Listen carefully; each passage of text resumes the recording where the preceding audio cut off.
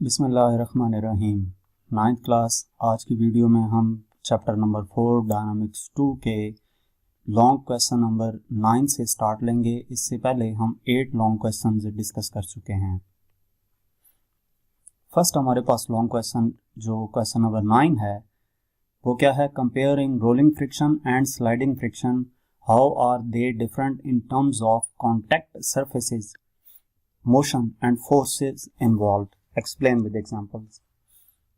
कि हमने rolling friction और स्लाइडिंग फ्रिक्शन को डिस्कस करना है, इनको कंपेयर करना है, इनमें difference in terms of contact surface, motion और फोर्सेस इन्वॉल्व्ड किस तरह से होगा और इसको एग्जांपल्स की मदद से एक्सप्लेन करना है। तो सबसे पहले रोलिंग फ्रिक्शन और स्लाइडिंग फ्रिक्शन की जो बेसिक डेफिनेशन है वो आपको मालूम होनी चाहिए। रोलिंग फ्रिक्शन उस वक्त होती है जब एक ऑब्जेक्ट किसी सरफेस के ऊपर रोल करता है। जिस तरह के गाड़ी का टायर जो है अगर वो रोड के ऊपर रोल कर रहा है तो उस टाइम पे रोलिंग फ्रिक्शन होगी। और एक होता है स्लाइडिंग फ्रिक्शन। स्लाइडिंग फ्रिक्शन में एक सरफेस दूसरी सरफेस के ऊपर स्लाइड करती है। जैसे कि अगर हम टेबल को पुश करें फ्लोर के ऊपर तो उस टाइम पे स्लाइडिंग फ्रिक्शन होगी। तो इन्होंने किन टर्म्स के बारे में कहा था? इन टर्म्स ऑफ कॉन्टैक्ट सरफेस। तो सबसे पहले हम नेचर ऑफ कॉन्टैक्ट की बात करते हैं, यानी कि कॉन्टैक्ट सरफेस की बात करते हैं। तो रोलिंग फ्रिक्शन में पॉइंट कॉन्टैक्ट होता है, यानी कि जैसे टायर है ना, तो टायर का एक हिस्सा, थोड़ा सा हिस्सा फ्लोर के साथ इन कॉन्टैक्ट होता है। लेकिन स्लाइडिंग फ्रिक्शन में सरफेस कॉन्टैक्ट होता है, दो सरफेसेस आपस में इन कॉन्टैक्ट होती हैं। अगर उसी टायर को हम रोड के ऊपर स्लाइड करें तो उसके नतीजे में पूरी की पूरी सरफेस स्लाइड होगी, जितनी इन कांटेक्ट होगी वो सारी की सारी स्लाइड होगी। जबकि रोलिंग में उस टायर का थोड़ा सा हिस्सा जस्ट इन कांटेक्ट था। हर उस रोलिंग को हम इंस्टेंटली देखें, यानी कि डिफरेंट इंस्टेंट पे देखें, तो वहां पे हर टाइम पे न्यू टायर का एक नया हिस्सा इन कांटेक्ट था, यानी कि फ्रिक्शन बहुत कम थी। जबकि स्लाइडिंग में फ्रिक्शन ज्यादा होगी। वैसे भी रोलिंग फ्रिक्शन की निस्बत स्लाइडिंग फ्रिक्शन ज्यादा होती है। उसके बाद मोशन की बात की जाए तो रोलिंग फ्रिक्शन में रोलिंग मोशन होती है, यानी कि ऑब्जेक्ट रोल डाउन कर रहा होता है, और स्लाइडिंग फ्रिक्शन में ऑब्जेक्ट स्लाइड कर रहा होता है। एक ऑब्जेक्ट दूसरी सरफेस के ऊपर स्लाइड कर रहा होगा। फोर्सेस इन्वॉल्व की बात की जाए तो रोलिंग फ्रिक्शन के केस में deformation of the surface, internal friction with in the rolling object. Deformation of the surface से क्या मुराद है कि सरफेस जो है वो डिफॉर्म हो जाती है। जैसे टायर है ना, टायर का पहले कुछ थोड़ा सा हिस्सा इन कांटेक्ट था, रोल डाउन होने के बाद आहिस्ता आहिस्ता ज्यादा हिस्सा आहिस्ता आहिस्ता नेक्स्ट उस टायर का हिस्सा जो है वो क्या होता जाएगा? इन कांटेक्ट होता जाएगा। तो इसका मतलब क्या हुआ? डिफॉर्मेशन ऑफ द सरफेस, जो सरफेस है वो डिफॉर्म हो रही है। स्लाइडिंग फ्रिक्शन क्या है? इंटरलॉकिंग ऑफ सरफेस इररेगुलरिटीज, यानी कि सरफेस के दरमियान जो इररेगुलरिटीज होंगी, एक सरफेस भी अनइवन है दूसरी भी अनइवन है, वो अनइवन सरफेसेस एक दूसरे के साथ इंटरलॉक हो जाती हैं, यानी कि वो अपनी जगह से हिल नहीं सकती। वो तो उस केस में उसको पुश किया जाए तो जो फ्रिक्शन होगी उसको स्लाइडिंग फ्रिक्शन का नाम देंगे। मैग्नीट्यूड क्या है? Generally much smaller than sliding friction. Rolling friction की जो वैल्यू है वो स्लाइडिंग फ्रिक्शन की निस्बत बहुत कम होती है, जबकि स्लाइडिंग फ्रिक्शन रोलिंग फ्रिक्शन की निस्बत ज्यादा होता है। एग्जाम्पल की बात करें तो ball rolling on A floor, ये हमारे पास रोलिंग फ्रिक्शन की एग्जाम्पल है। और स्लाइडिंग फ्रिक्शन की एग्जांपल क्या है? Block sliding on A table. एक ब्लॉक है जिसको हम टेबल के ऊपर स्लाइड कर रहे हैं, पुश कर रहे हैं, तो उसके नतीजे में जो फोर्स क्रिएट होगी उसको स्लाइडिंग फ्रिक्शन का नाम देंगे। इसके बाद नेक्स्ट हमारे पास क्वेश्चन नंबर 10 है, बल्कि इसी क्वेश्चन का हिस्सा है कि एग्जांपल्स की बात की गई थी कि रोलिंग फ्रिक्शन से रिलेटेड एग्जांपल्स और स्लाइडिंग फ्रिक्शन से रिलेटेड एग्जांपल्स की बात करनी है।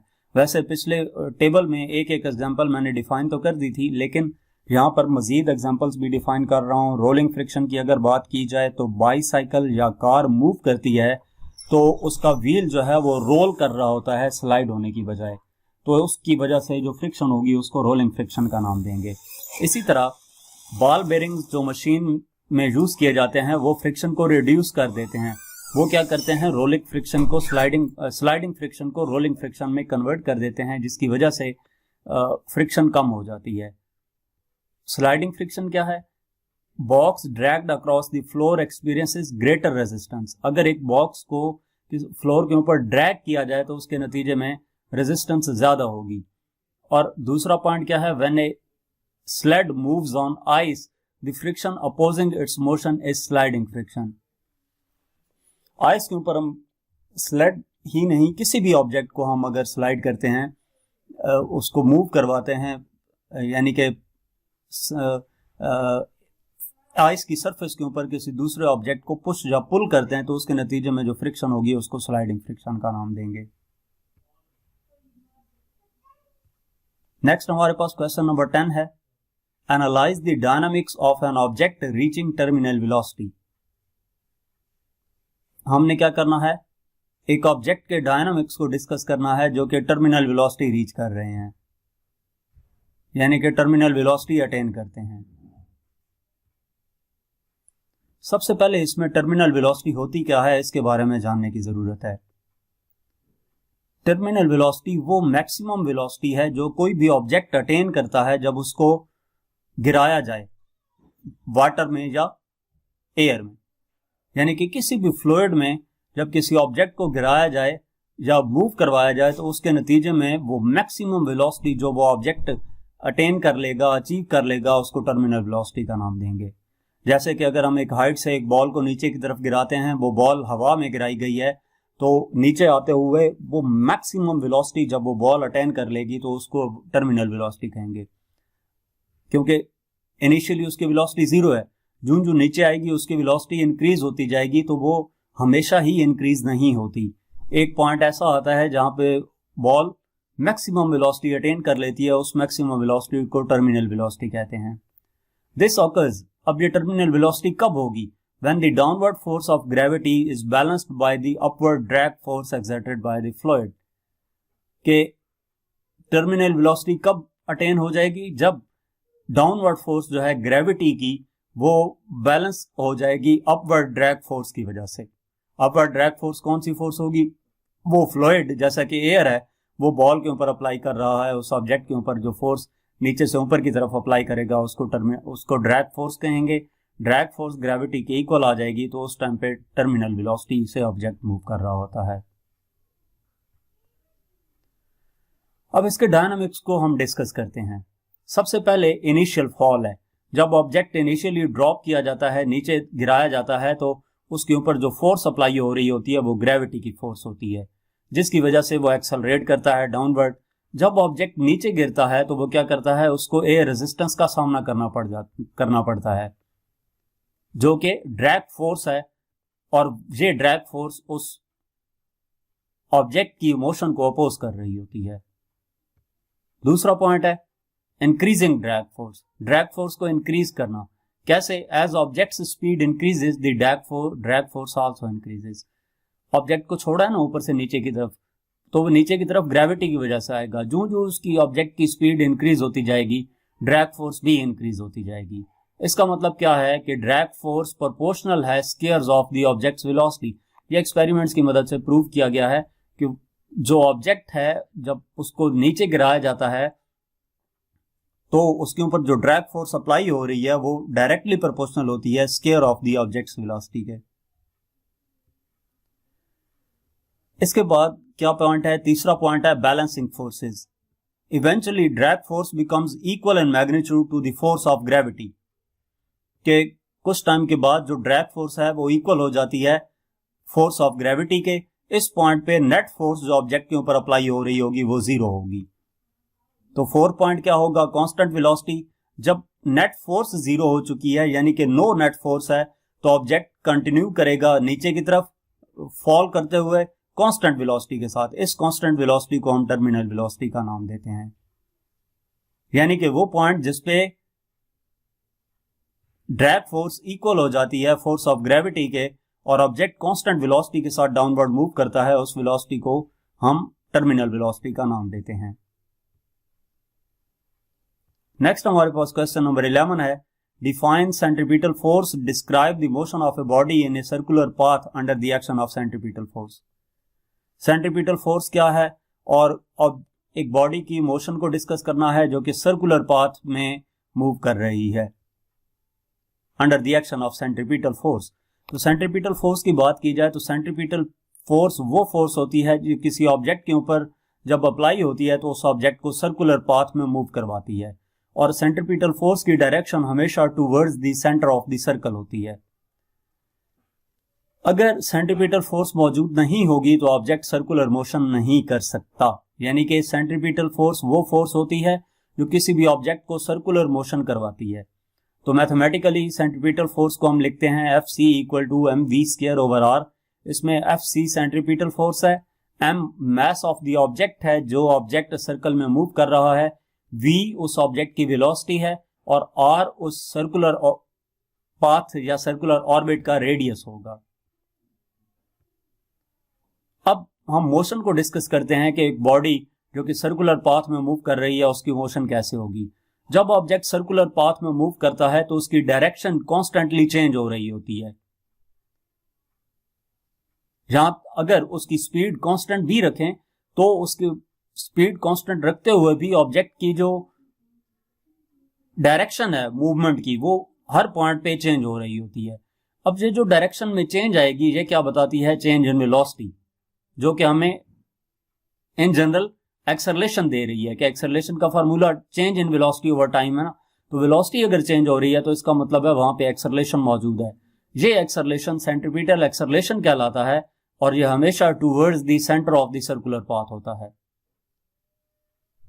अब इस सर्कुलर मोशन को मेंटेन रखने के लिए एक फोर्स कंटिन्यूअसली अप्लाई होनी चाहिए उस ऑब्जेक्ट के ऊपर, जो कि उसको सर्कल में क्या करके रखे? पुल करके रखे, ताकि वो ऑब्जेक्ट सर्कुलर पाथ में मूव करता रहे। उस फोर्स को सेंट्रीपिटल फोर्स का नाम दिया जाता है। इसके बाद नेक्स्ट हमारे पास क्वेश्चन नंबर 12 है। एग्जांपल्स भी हैं ये सेंट्रीपिटल फोर्स की। अगर आप ये देखना चाहें तो इसमें प्लैनेट ऑर्बिटिंग द सन है, यानी कि कोई भी प्लैनेट जो सन के अक्रॉस ऑर्बिट में मूव कर रहा है तो वो ड्यू टू सेंट्रीपिटल फोर्स है। और कार अगर किसी कॉर्नर पे या सर्कुलर पाथ में टर्न लेती है तो उसके नतीजे में वो कार किस वजह से सर्कुलर ट्रैक पे मूव करेगी? सेंट्रीपिटल फोर्स की वजह से।